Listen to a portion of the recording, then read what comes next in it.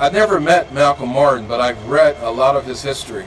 And he was a great man, a man that had a vision for East St. Louis, a man that wanted to see East St. Louis become something great, a man that put his money where his mouth was to develop this park and to turn it over to Malcolm Martin, to Brian, to manage this park for the last 20 years. The best view of St. Louis Arch is from where? East St. Louis. The best view of downtown St. Louis is from where? East St. Louis. Right here where we're standing, right? So just imagine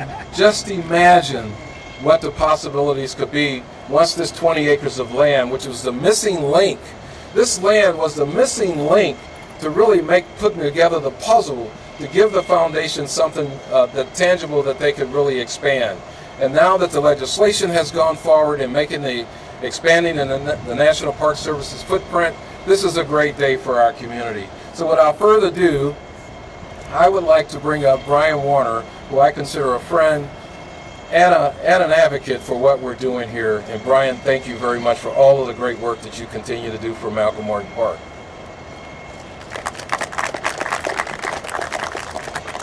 Thank you, City Manager Betts, for the introduction and for the partnership. Good afternoon, everyone. It's a privilege to welcome you all to Malcolm W. Martin Memorial Park.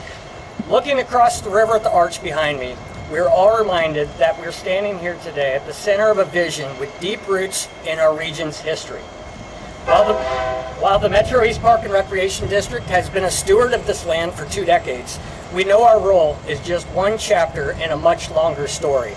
This has been a long-standing aspiration for our bi-state community, tracking back to architect Eero Saarinen and the decades of tireless work by the Gateway Center of Metropolitan St. Louis and many others who believed that the Illinois side was vital to the integrity and the story of the Gateway Arch National Park. I want to specifically thank the MEPRD board members, both past and present. In 2005, our board made a pivotal decision to accept the donation of this land and the necessary funds from the Gateway Center to develop this park. At that time, the Gateway Geyser was the only feature on this site, well, along with Colonel Atkins, and he was supposed to be here today, and I'm not seeing the Colonel. I'm sorry, he's getting water for all of us. That's the Colonel I know. Our board committed to developing this space and advocating for this expansion. That commitment led to opening the park in 2009 and more recently preparing this land for its next great chapter as part of the national park. I also want to acknowledge my predecessor, Mike Buellhorn.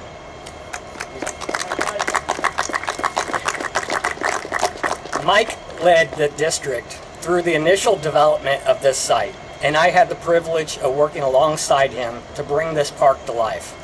It has been an honor to be a part of this team for 20 years and continue building on the momentum Mike and others established. Mike, thank you for your foundational work, your continued service as a board member of the Gateway Center of Metropolitan St. Louis, and for everything you continue to do for this region. Today represents a major step towards fully integrating the Illinois riverfront into the Gateway Arch National Park. We owe a tremendous debt of gratitude to the legislators who took the lead in Washington, to Representative Baczynski, Bell, Wagner, and Bost. Thank you for introducing this legislation. By revising a boundary that has been on the books since the 1980s, you are helping us take a critical step towards realizing the expansion. I want to also recognize Ryan McClure and the Gateway Arch Park Foundation for recently taking the lead on this effort and for their work navigating the legislative process. It is because of your leadership, alongside our partners, St. Clair County, along with Chairman Kern, City of East St. Louis, the Gateway Center, the state of Illinois, of course the National Park Service, as well as many others that we're standing here today. So again, thank you so much. Together we are transforming this riverfront while honoring the legacy of the late Malcolm W. Martin. Malcolm was a visionary who worked tirelessly for this expansion. Today we take a giant leap towards fulfilling that dream. This expansion is about economic opportunity, regional pride, and ensuring the Gateway Arch National Park more fully reflects its mission and the original vision of Arrow Saarinen. That story begins right here in Illinois. Lewis and Clark assembled and trained their expedition just a few miles north on the Illinois side of the river. It is only fitting that the Metro East is finally integrated into the national park that memorializes that historic journey. Today, we are one step closer. To speak more about the regional significance of this moment, it is my pleasure to introduce a leader who serves as the Director of Administration for St. Clair County, also as Vice President of the Gateway Center of Metropolitan St. Louis, as well as wearing many other hats. Please join me in welcoming Dr. Deborah Moore.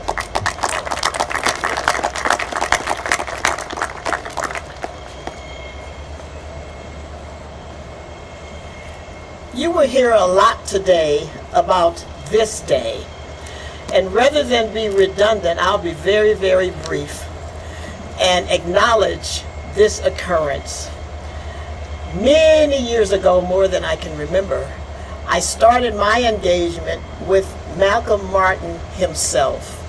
It was a joy to work directly with him, looking over the river from his office to this location and hearing the passion he had to see something happen here that would put this park on the national scale.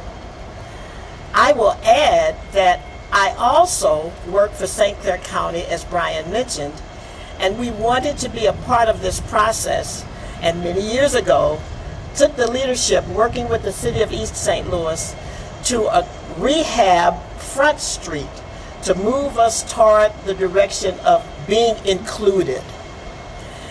But it's interesting, I will say now, that all of the years we've wanted to be a part of this process to fulfill Malcolm's dream. But it was not until we got a woman at the national level, recognizing the time we're celebrating women, to move forward with her dear colleague, who I feel is mine too, Congressman Bell. What an honor it is to see the work they have done, the work they are doing, the work we have desired and aspired to achieve in recognition and in honor of Malcolm Martin. So today, if Marshall Heyer was here, he would say Malcolm is probably looking down on us, applauding.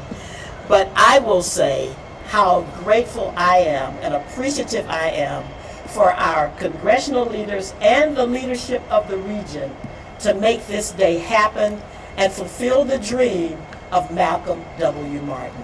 Thank you all so much.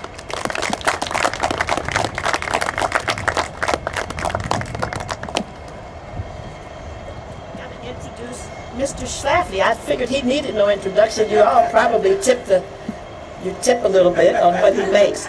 So my colleague, our treasurer for the foundation that we support, Mr. Tom Schlafly.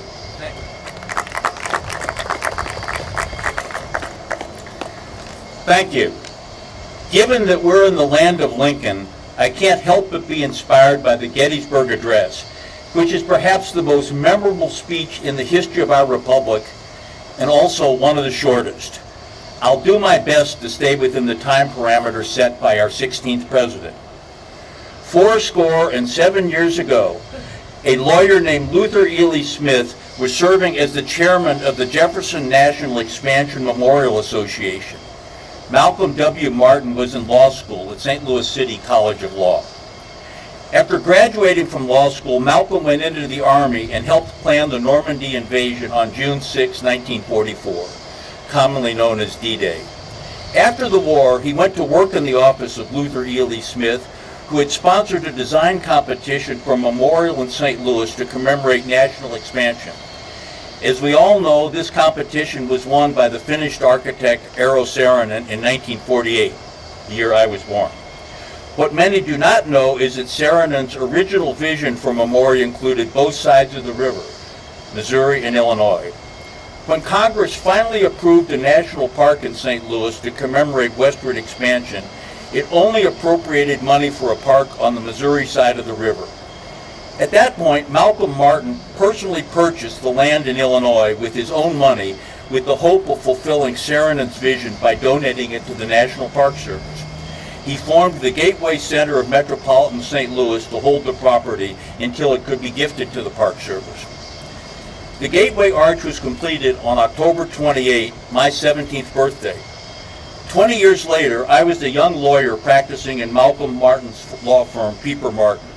As he was nearing retirement, he asked me to serve on the board of the Gateway Center to help fulfill his dream of transferring this property to the National Park Service. Which brings us to where we are today. I'm now the president of the Gateway Center, and I'm older than Luther Ely Smith was when Malcolm went to work for him right after World War II. The dream that Eero Saarinen had the year I was born finally seems possible. This dream is finally within reach because people have chosen to work together. We are witnessing cooperation among federal, state, and local governments, cooperation between Missouri and Illinois, between Democrats and Republicans, and finally between governments and the private sector. Like the United States that was described by Abraham Lincoln in 1863, this vision has required multiple generations to achieve. 77 years. We're not there yet, but we're getting closer.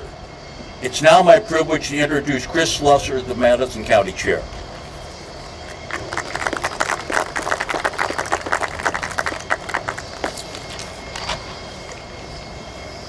Good afternoon, I'm Chris Slusser. I'm the Madison County Board Chairman. I also serve currently as the Chairman of the East-West Gateway Council of Governments.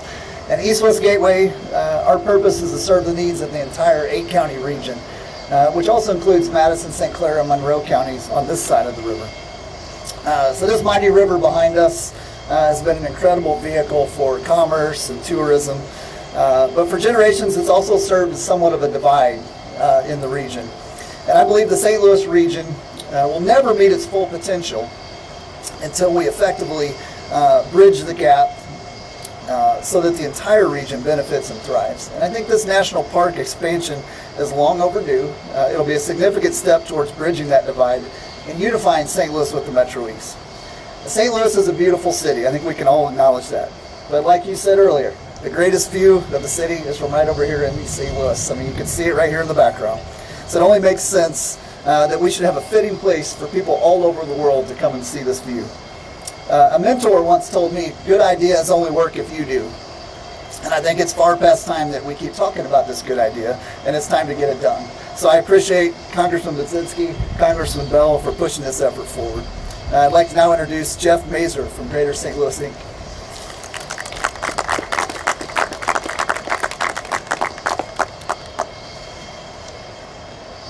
Thank you, Chairman Slusser, and everyone here today. My name is Jeff Mazer with Greater St. Louis, Inc. Our work is focused on driving inclusive economic growth and creating more and better jobs so everyone in our region has the opportunity to thrive. This is truly a great day for our region, one that exemplifies just how the St. Louis region will move forward. We'll move forward with the bold vision this expansion represents. We'll move forward with intentional collaboration between Missouri and Illinois, between Republicans and Democrats, between the public and private sectors. That is the recipe for success and what makes today so great. The Gateway Arch and Gateway Arch Park belong to all of us, and the support you see here today is not only for eastward expansion, but also for regional collaboration, and we should all take a moment to recognize that. This legislation and the park's expansion are about creating new energy and opportunity, and as the voice of the business community for the 15-county bi-state St. Louis region, we are proud to stand shoulder to shoulder with these leaders in support. Before I conclude, I'd like to offer our special thanks to Congresswoman Nikki Budzinski, Congressman Wesley Bell for their leadership on this, and for all the leadership for the region they provide in Washington. It's now my pleasure to introduce Ryan McClure with Gateway Arch Park Foundation. Not only have Ryan and Gateway Arch Park Foundation been great partners to us, they've been great leaders for the region and a driving force behind so much momentum we see on the riverfront today. Let's welcome Ryan.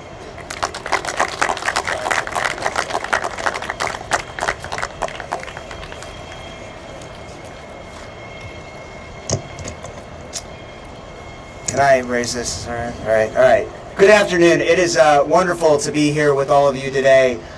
I promise we're almost to the end on this 80-degree, beautiful day here in East St. Louis. As Jeff said, my name is Ryan McClure. I'm the Executive Director of Gateway Arch Park Foundation. Proud to represent the staff, many of whom we have here today, and our Board of Directors represented by Joe Mark here today. This is truly a milestone moment for this park, for this region, and we could not be more proud to be part of this. So I really, above all, want to thank Congresswoman Budzinski and Congressman Bell and your colleagues, Congressman Bost, Congresswoman Wagner. Look at the example that these legislators are setting. Bipartisan, by-state support, and soon to be, I'm sure, bicameral. We're grateful for the support of Senator Schmidt, Senator Durbin, and Senator Duckworth. This is you're truly setting an example, so thank you, and we could not do this without your support. While there are many steps ahead, we are now one step closer to Eero Saarinen's original vision of extending Gateway Arch National Park to Illinois. The park we're standing in today is named after a man you've heard a lot about today, Malcolm W. Martin. We are proud to be part of carrying on his legacy, his dream. As Tom so eloquently said, Malcolm was involved in the 1947 design competition that gave us the defining monument, undeniable defining monument for our region, and had the foresight to save this land, donate the money to make it a beautiful park for the specific purpose that it becomes part of Gateway Arch National Park. And it's our duty to see that vision through. So through his foundation, the Gateway Metropolitan Center of St. Louis, represented by Dr. Moore and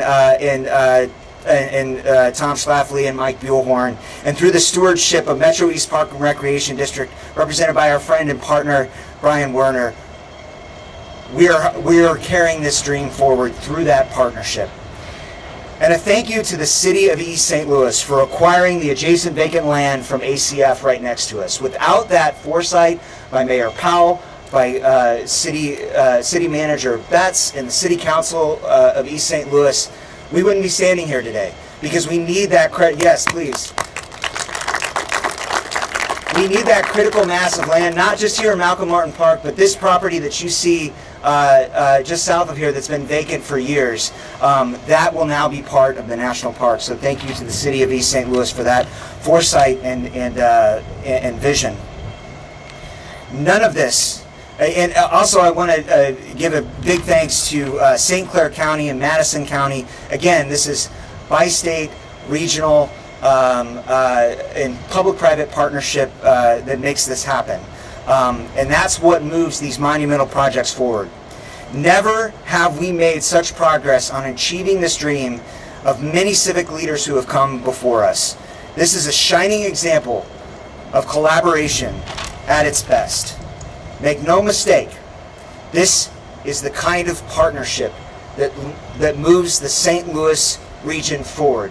Think of the example that it sets when Gateway Arch National Park sits on both sides of the Mississippi River. Think of what that example can do for the future of our region and the generations to come. And we've seen the power of these partnerships before. Through the City Arch River project, the $380 million renovation of the Gateway Arch grounds, still the largest public-private partnership in the history of the National Park Service. We've seen monumental things happen. The Millennium Hotel behind us is being demolished as we speak to make way for a bold vision for this region. Again, that is public-private partnership at its best.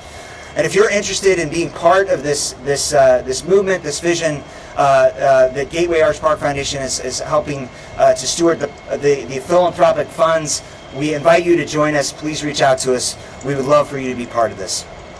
We are so grateful again to Representatives Budzinski, Bell, Wagner, and Bost, this bi-state, bipartisan congressional delegation for taking this important step. Without it, we can't see this vision through. It is now my honor to introduce Congressman Wesley Bell.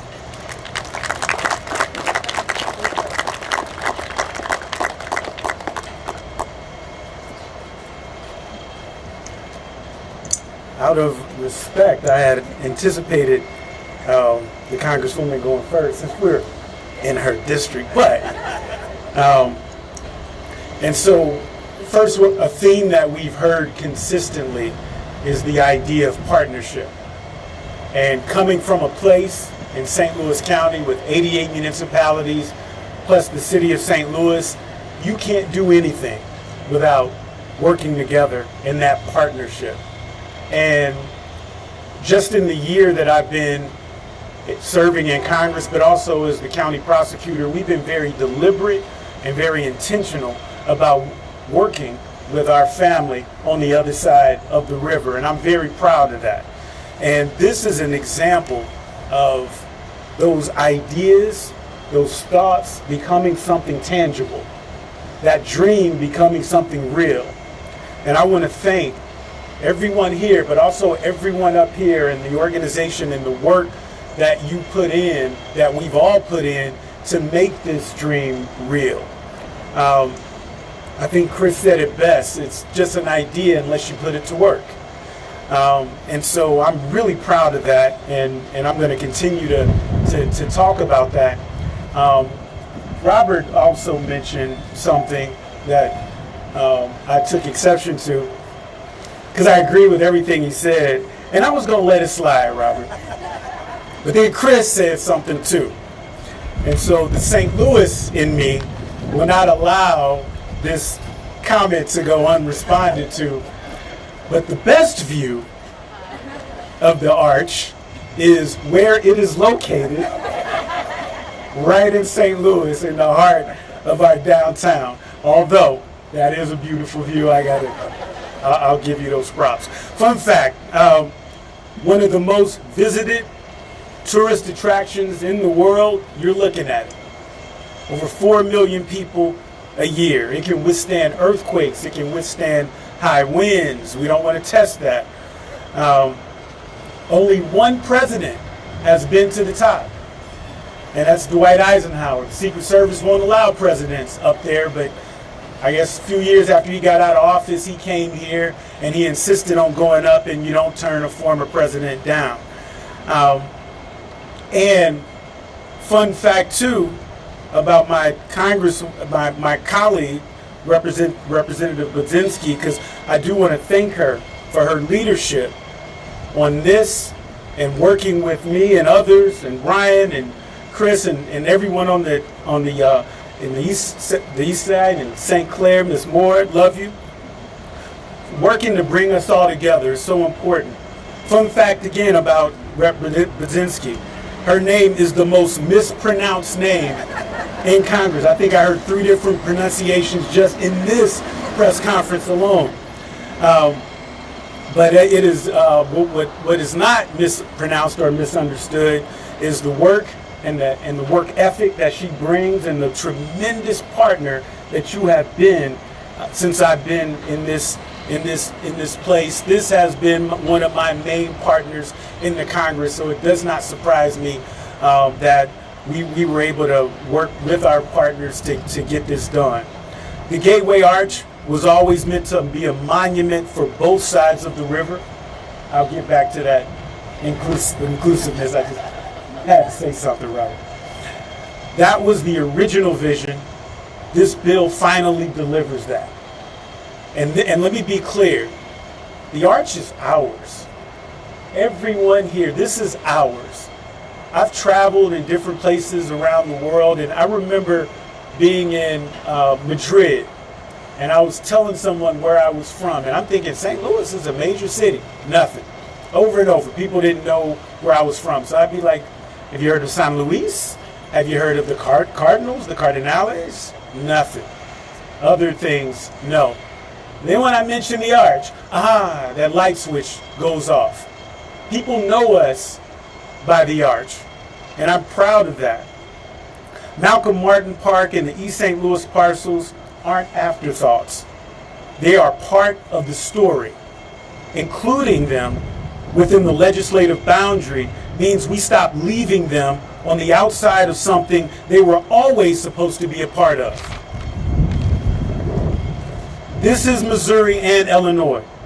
Democrats and Republicans working together on something real. That doesn't happen by accident. It happens when you have champions like Rep. Budinsky, I probably said that wrong, willing to lead, and partners on both sides ready to show up. St. Louis and the Metro East have always been one region separated by a river. This bill reflects that. I'm proud to stand with this coalition, and I'm proud that we're getting this done. Thank you. And I have the honor of introducing my colleague and partner, my sister, Representative Nikki Budinsky. Thank you. And I said it wrong. Thank you, sir. Good afternoon, everyone. It is so wonderful to be here today. I want to start out by just expressing my gratitude for what made the people that made today possible, starting with my friend and colleague, my partner. I echo everything you said, Congressman Wesley Bell. It's an honor to serve with him. I also want to give a shout out to my friend Mayor Powell for all of his leadership in East St. Louis, along with Manager Betts. Thank you so much. To Dr. Moore in St. Clair County, of course, Chairman Slusser, and of course to Ryan, who we all would not be here without you. Your leadership was incredible and is what really got this done. So I just want you to know that. I am so proud to represent East St. Louis in Congress. And this is an incredibly important project for this community. And it's been a group project. And the involvement in each and every one of you that I've acknowledged, and all of us on this at this event, and all of you out there have been critical to making it possible. I want to start out also by saying when I was first elected to Congress, my attention turned immediately to addressing many of the long-standing challenges that many of the communities across the Metro East have faced. From the chronic flooding and water infrastructure issues in Cahokia Heights, to the need for greater investment in places like Granite City, to the expansion of RECA for communities like Venice and Madison. These are real issues that affect people's lives every single day. But what's also stood out to me is the resilience of the communities that I represent. They're filled with people who have lived here for decades, people who take pride in their homes, in their work, and the deep history of the places that they call home. They deserve leaders who will fight for them every single day. Leaders who won't settle for the status quo, but will find new ways to bring resources back home and breathe new life into these communities. And that's exactly why we're here today. I want to share, I think for a lot of our constituents, they don't believe that this is possible anymore. We're Democrats and Republicans, where all levels of government can come together, the Missouri side, the Illinois side, to pull for a project that benefits all of our residents. And I think that's what's so special about today, is that we've come together to do that. The Gateway Arch Foundation has just been an incredible leader in that vision, and I want to again shout out Ryan. This idea has been in the making for several years, and they knew congressional action would be necessary. So yesterday, with Congressman Bell, Congressman Bost, and Congresswoman Wagner, we introduced the Gateway Arch Park Expansion Act. This legislation would amend the boundaries of the Gateway Arch National Park to include the Malcolm Martin Park, honoring his legacy, and neighboring vacant parcels in East St. Louis, Illinois. Enactment of this legislation would allow the Park Service to enter into an agreement with the City of East St. Louis to acquire the land and then begin expansion. Let's take just a minute to understand what this means. The Gateway Arch Park attracts more than 2 million tourists per year. Bringing that tourism into East St. Louis would provide additional opportunities for small businesses and our community to create jobs and grow right here. We've seen the rehabilitation of the park on the St. Louis side bring in more than $500 million in regional economic impact and support for nearly 5,000 jobs. We have a shot at building that here, right here in Illinois, with what's happening today. This marks the first important step that Congress can take to enable the expansion of the Gateway Arch National Park and to bring renewed opportunities, energy, and investment to communities all across this region. Should we be successful, and we will, this will add to the many efforts we are pursuing to make sure residents of the Metro East continue to see opportunities to prosper, and I'm so proud to be a partner in that effort today. So I want to thank everyone for being here, and I think at this point I am happy to take questions, and maybe folks might want to join me as the question is relevant to something they can speak to. So. Talk about what that looks like. Yeah, I don't know, Brian, do you want to? So Patrick, is the question like what would the park here look like? Is it another arch? Yeah. I don't know that it's another arch, but you know, we got to dream big, right? So we're working right now. So the foundation is contracting with PGAV, which is a local architecture firm and urban planning firm. So they've been working with us, with the City of East St. Louis, with Metro East Park and Recreation Department to do a visioning study to see what is possible here, given the environments and confines that we have here, and let's get creative. So while we don't have a firm answer for you today on what this will look like, that will be a step in this process. And I will also tell you, community engagement here in East St. Louis is going to be a critical part of that.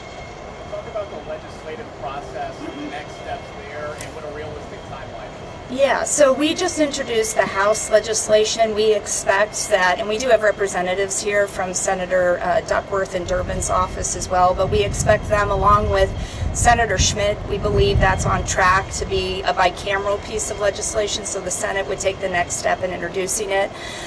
There is some work apart from the legislative process also that's going to be working parallel with the legislative process, which is the Illinois EPA to come in and do an environmental assessment of the property. That also needs to happen in conjunction with this legislation passing.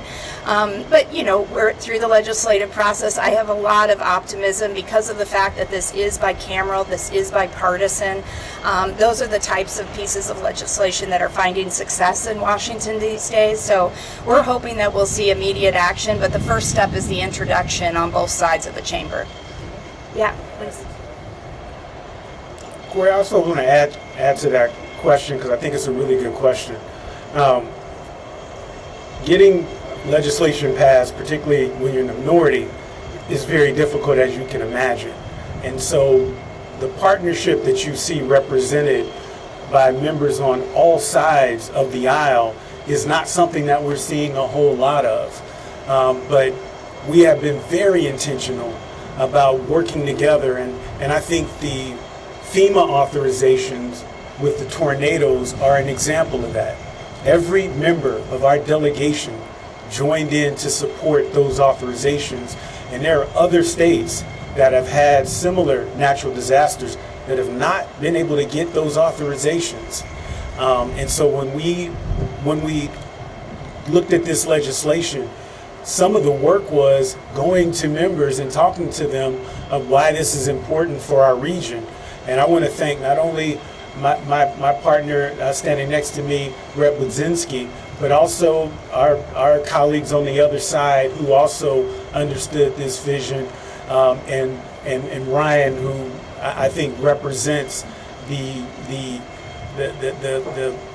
can-do spirit that is moving this. And then I got to also acknowledge Ariel over there, because she put all this together. And so she's over there being just, you know, the workers are always outside of you. Thank you, Ariel, for your work as well. I just want to say that. Another question? Yes, Joe. Is there a price tag on this? You say there's not really a plan as to what's going to be done here, but what sort of price are we looking at, and where will the money come from? There is not a price tag today, but you know, that will come with the process once we figure out a vision that works for the National Park Service, that works for the state of Illinois, for the city of East St. Louis, St. Clair County, and the region. Then we'll kind of know what a price tag will come out of that. I can tell you it's going to take a public-private partnership. I mean, just like what you saw with City Arch River on the other side of in Missouri, and which, by the way, City Arch River did always include Illinois. So we're trying to see that part of that critical part of this through as well. So it's going to take public funding and it's going to take private funding, and our commitment is to work, raise the philanthropic dollars when we know what those are, and work to get public funding as well. Maybe I could add something else, Joe. I think it also is going to require a fully funded National Park Service, which is something that has been really cut deeply over the last year and a half. So I have been helping to co-lead on an appropriations letter to help to see that our National Park Service is once again fully staffed and fully funded. And I think that's another important piece of this project to see into fruition. One follow-up. Any Yeah. chance the geyser comes back? The geyser? The Gateway Geyser. Oh, I don't think so. Yeah, very. Very short piece. So the geyser, it was built in 1995. It started operating. So it was decommissioned in 2023 for the purposes of honestly aging infrastructure. It was utilizing the same generators at the time, the same pumps, the same pond liner, etc. All that said, it was past its useful life, if you will. But more important than that, it's really creating a blank slate for this vision. It gives everyone an opportunity to use that space as best desired and needed as a part of the process we're talking about today. Is that a yes or no on the geyser? Is it possible that it comes back? It is a no. And Joe, I'll also add, we have an opportunity for economic development as well. And so, as to Ryan's point, there will be a public-private partnership, and it is there will be some cost associated, but we also expect some development and to attract development, which means attract resources and money as well. So I think that there is more than just a money ask. Is the development part tied to this vacant lot? If I can add one piece, whatever the final price tag is, it's going to be less by $3 million, because in Malcolm's estate, he left an endowment to help fund the park. That's what we use to build the overlook here. And there's $3 million of that sitting, waiting to go to the National Park Service to help them run the park. This question may be for East St. Louis leaders, and Congressman Bell alluded to some development that might be spurred from this expansion. What is the vision? What is beyond, expanding this park is one thing, but around the East St. Louis area and the community, is there a strategic plan around this to add businesses, to add growth here in East St. Louis? What an excellent question. First, let me acknowledge our mayor. Mayor Powell is here. We have council member Courtney Hoffman, council member Levando Pulley, and we have our economic development director, Mr. Parks, and we have my executive assistant here, Shal Ari, in the background somewhere. And we have some other staff. We have our public works director here, and we also have a representative from Horner and Schifrin Architectural Firm, who we've engaged in conversation about developing a revised downtown development plan for our city. We have multiple plans. We're designated as a medical district in the state. We are an empowerment zone. So we want to put all that together and what a new revised plan of downtown could look like. I'm excited to see what PGAV does, that Ryan has a commission to do the visioning study. But I can tell you, we want to see something great and something fantastic. This 20 acres is going to be transformed. This park is going to be transformed. The mayor, with his leadership, we've acquired another 30 acres downstream, down north, what I consider the North Riverfront. So we're not just looking for right here, we're looking for the eastward expansion from the river's edge to 10th Street, from Martin Luther King Drive to this boulevard here, Trinley Avenue. We're working with IDOT to put an exit ramp right here on Trinley, just up beyond the park here. So all of those pieces are coming together, and this is just another step forward, Ryan, Congressman, Congresswoman, to bring in that dream to fruition. Would the park retain the name of Malcolm Martin, or would it be renamed? Sorry, folks, that's all the time that we have today, just to be respectful, but if anybody has an answer to that real quick. Yeah, I get it real quick. I think we need to continue to honor Malcolm Martin here. So what things are named, we're going to work through that process, but we cannot forget the legacy of the man that really, the reason we're standing in this park today. So, thank you. Folks, and if I may ask our distinguished speakers to stick around for one photo opportunity, I'm going to ask you to step on the other side of the speakers. And Tyler, our photographer, if you don't mind getting set up right over there, we will have one group photo opportunity.